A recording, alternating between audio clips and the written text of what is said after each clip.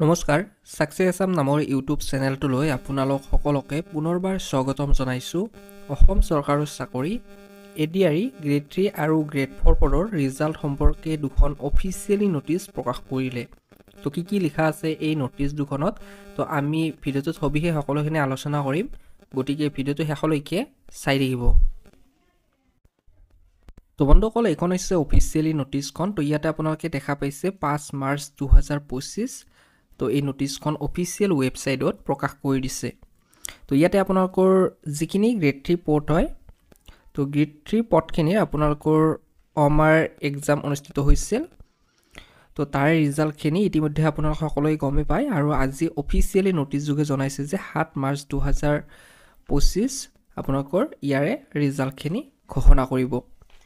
তো ইয়াতে দুটা অফিচিয়েল ৱেবছাইট দিয়া আছে, www.site.sebaonline.org নাইবা আপোনালোকে www.assam.gov.in।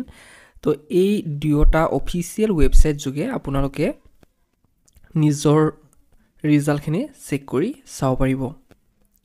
তো এইখন হৈছে গ্ৰেড 3 পদৰ নোটিছ, আৰু এইখন হৈছে গ্ৰেড 4 পদৰ নোটিছখন। তো ইয়াতে আপোনালোকে ডেটটো চাব পাৰে, সেম একে ডেট হয়।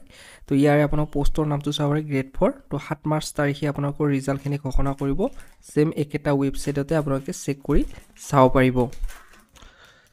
তো বন্ধুসকল, এইখিনি আছিল ভিডিঅ'টো আপোনালোকক দিবৰ বাবে, আৰু যেতিয়া আপোনালোকৰ কাৰণে ৰিজাল্টখিনি ঘোষণা কৰিব বা কিবা আপডেট প্ৰকাশ কৰে, তেনেহ'লে আপোনালোকৰ কাৰণে পুনৰ ভিডিঅ' আগবঢ়াম।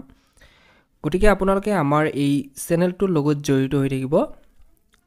তো বন্ধুসকল, এইখিনিতে সামৰিছোঁ। ধন্যবাদ।